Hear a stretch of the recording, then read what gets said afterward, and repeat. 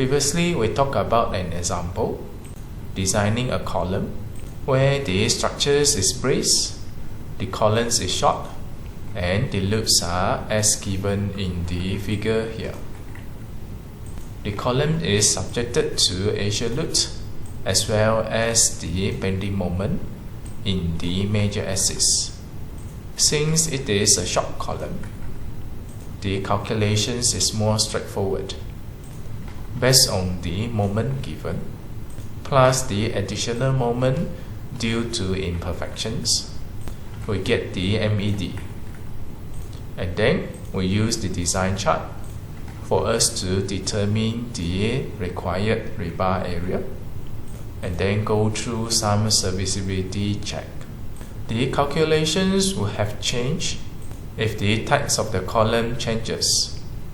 For example, these questions, for the same columns that we are designing, now that the structures is unbraced and the columns is slender, the specifications are the same, the loading are the same, you're going to see the calculation step varies, particularly in terms of the calculations of the second order moment. We shall discuss about this example step by step.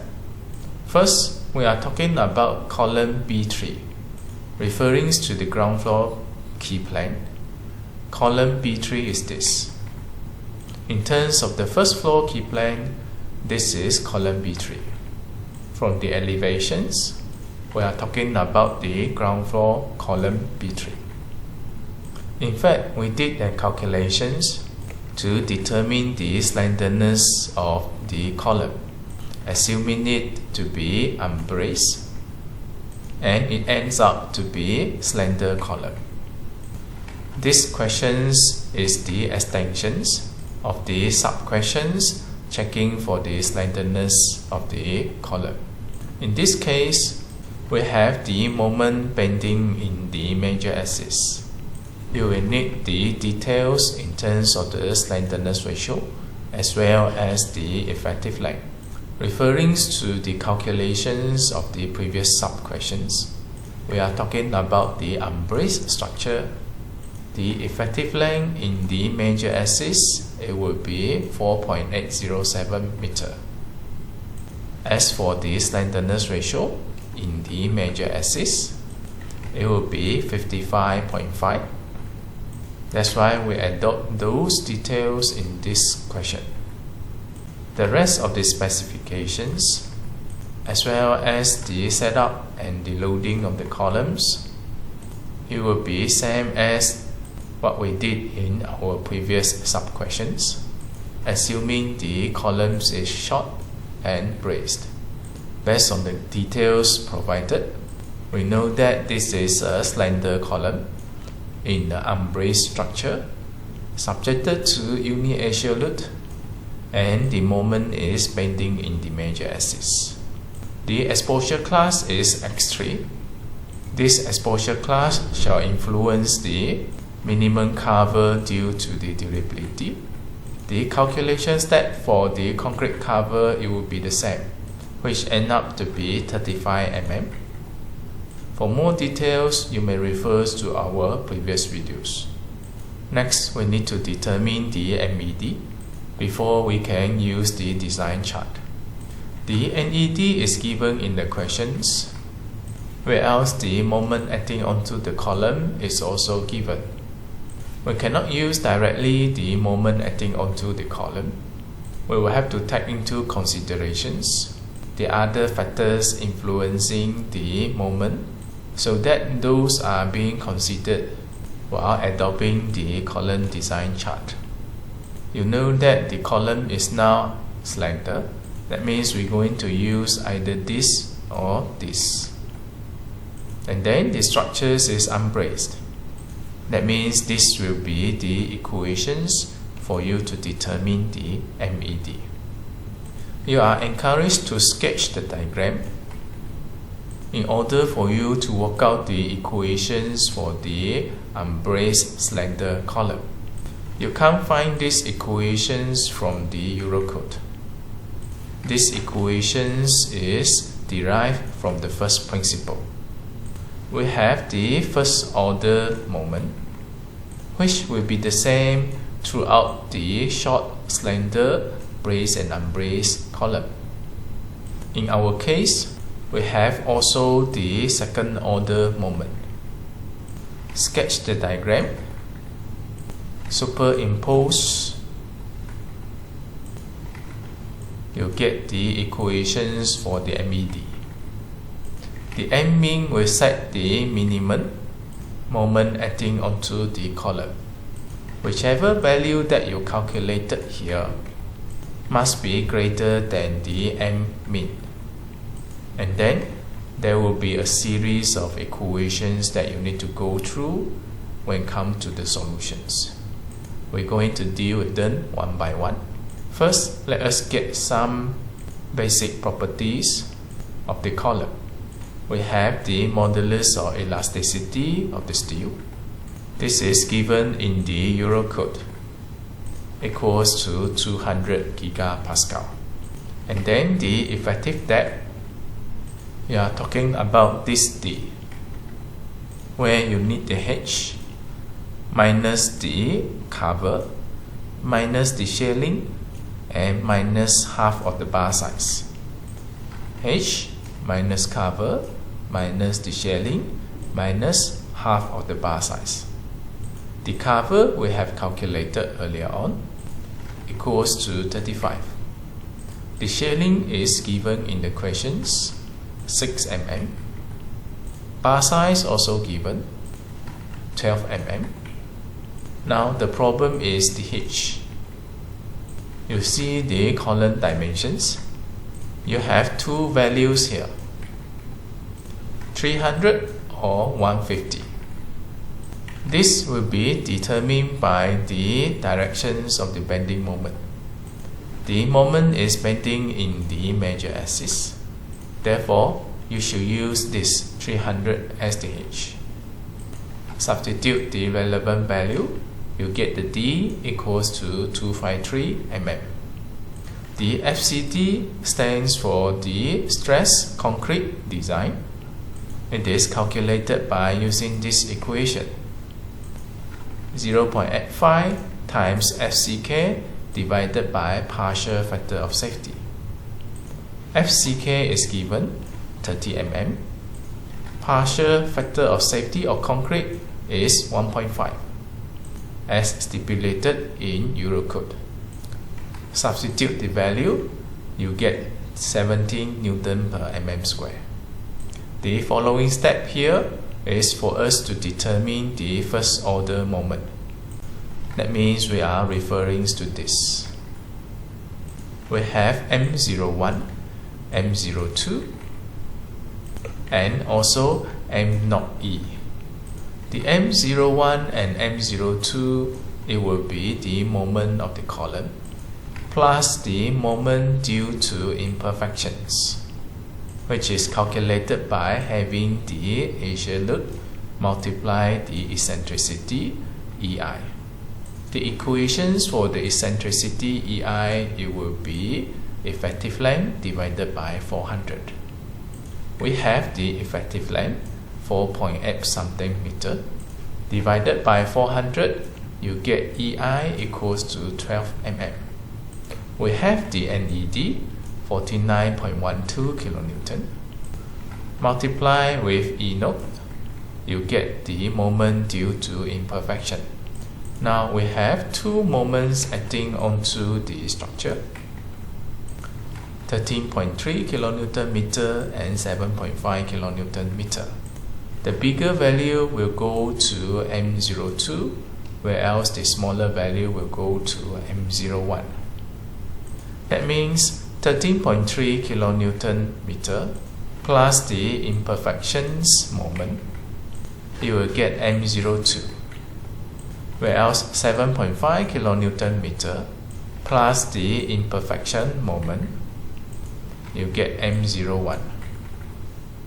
You need both M01 and M02 for you to get the M0E, which is in accordance to these equations. In order to use this equation right, you must get the M02 and M01 correct. The bigger value will go to the M02, whereas the smaller value it will be M01. Substitute them into the equations. 0.6 multiplies 13.9 plus 0.4 multiply 8.1. You get a value compared with 0.4 times M02. Adopt the bigger value of the two. That gives you 11.6 kilonewton meter. Having all the first order moments calculated, let us look into the calculations for the second order moment, as represented by M2. The M2 here is calculated by multiplying the absolutes times E2, representing the eccentricity as a result of the P delta effect. Try not to confuse the E2 with EI and the E0. We have three eccentricity here. The two here represent the second order moment. The calculations of this eccentricity is more complicated. It involves a series of equations. In the functions of the curvature, a factor, as well as the effective length. To calculate this curvature, there will be 1 per R0 multiplied with two factors. One is correction factors, KR. Another is creep factor, K5. For us to quantify this M2, you must first find the E2. To get E2, you will have to go through a series of equations. Although it may seem to be complicated, as long as you know the symbols, substituting the right values into the equations, you will be able to obtain the E2. However, there is one tiny problem here, which in this case you are asked to design the reinforcement for the column. You haven't gone through the calculation yet. That means you haven't confirmed the amount of reinforcement. Not knowing the amount of reinforcement bar, you are unable to calculate this KR, as the correction factor here will require the amount of reinforcement. This made the calculations process for the slender column to be unique and more tedious. Definitely you're going to expect certain amount of reinforcement bar, since it is a reinforced concrete member. You cannot simply assume this equals to 0. Not knowing the amount of AS here, you cannot compute the NU. Not knowing the NU, you can't get the KR. Not knowing the KR, you can't get the curvature factors. Not knowing this, you can't get E2. Not getting E2, you don't have N2. You know that for a slender column, definitely there will be second order moment. That means you cannot simply assume this equals to 0. With that, we will need to first assume a KR first, and then design the reinforcement. Use the calculated AS, substitute back into the equation to check if this KR is the same as the one that we have assumed. If the assumed value is the same as the one that we have designed, then you can more or less confirm the M2. And you can conclude that the design is valid.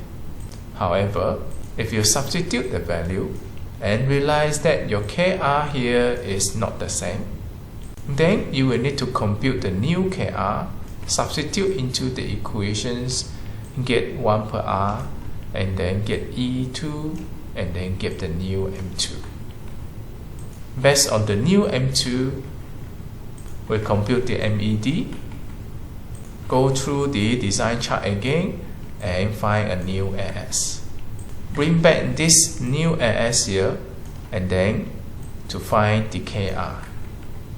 We're going to check the KR again, whether the assumed value it will be the same. You will repeat the process until you reach to a state that the KR here it will be more or less constant. Only then you can conclude the M2.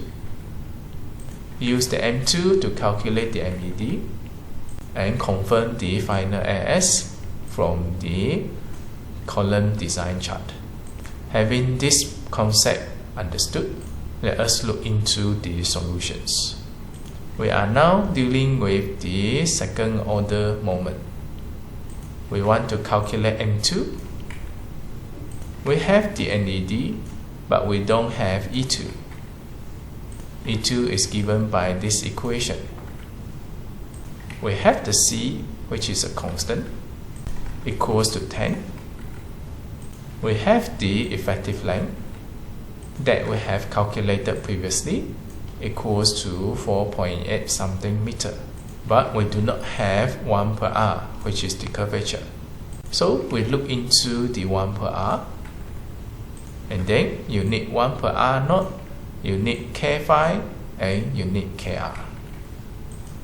KR is governed by the amount of reinforcement bar provided in the column. At the moment, we don't have the AS. So what we will do, we will start with assuming the KR equals to 1 first. Later, we're going to test this KR until it reaches to a constant number. As for the K5, this we can calculate. The equations for the creep factors is given here. You need to get the beta. Beta, it will be in the functions of the concrete strength, FCK, and the slenderness ratio. The FCK is 30 and the slenderness ratio is equals to 55.5. This is the slenderness ratio in the major axis, since we are designing the moment in the major axis. Substitute the value, you get the beta, which is equals to 0.13. And then you need the effective creep ratio. In this case, we're going to assume these two. This creep coefficients, we assume it to be equals to 2.3. And this, we assume it equals to 0.67. Multiply 2.3 with 0.67. You get the coefficients equals to 1.541. Substitute beta as well as the coefficient into the equations. This whole thing here will have to be greater than 1. Now you get the K5 equals to 1.2. Having this assumed to be 1 and having this equals to 1.2, now we need to get 1 per R naught. The formulas for 1 per R naught is given here. In the functions of the effective depth, as well as the design yield stress of the reinforcement. To calculate this yield stress, you need the design yield stress of the reinforcement divided by the modulus of elasticity of the reinforcement. FYD, it will be 0.87 FYK. How do you get this 0.87? It is basically FYK divided by partial factor of safety of reinforcement, which is equals to 1.15 as stipulated in Eurocode. With that, you get the FYD equals to 0.87 times 500, which give you 435 Newton per mm square. FYD divided by modulus of elasticity of the steel, which is 200 gigapascal, you get the design yield strength. Substitute the value as well as the D, which we have calculated earlier on, equals to 253. You get the ratio. Then substitute back into the equations. You get the curvature. 1.2 multiply with this. Now that you have the curvature, substitute into the equations. C equals to 10, L0 equals to 4.8 something meter. You get the E2. This E2 is to be multiplied with the Asia loop 49.12. Then you get your M2. Now this M2 is not the final M2 until you have finalized the KR. At the moment, since that we do not have the area of reinforcement, normally we start with KR equals to 1 as the assumption. Now your MED, it will be equals to M02, which is the first order moment that we have calculated earlier on, 13.9, plus the M2, which is calculated as 2.6. This value should not be smaller than the M mean. To calculate the M mean, this is the formula. Again, we use the Asia loop times E0.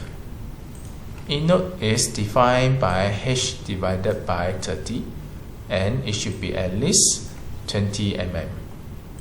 The H here refers to the dimensions of the column. We have two dimensions here. Since the moment is in the major axis, the H shall be equals to 300. 300 divided by 30, it gives you E0 equals to 10. E0 should be at least 20, therefore 20 is adopted. E0 multiply with the Asia loops 49.12 kN, you get the minimum moment equals to 0.98. Obviously, M02 plus M2 is greater than the M mean. We shall use the bigger value of the two. That gives you MED equals to 16.5 kN. Due to the length of the video, we shall stop here at the moment. We shall proceed with the following calculation steps in the next video. Stay tuned.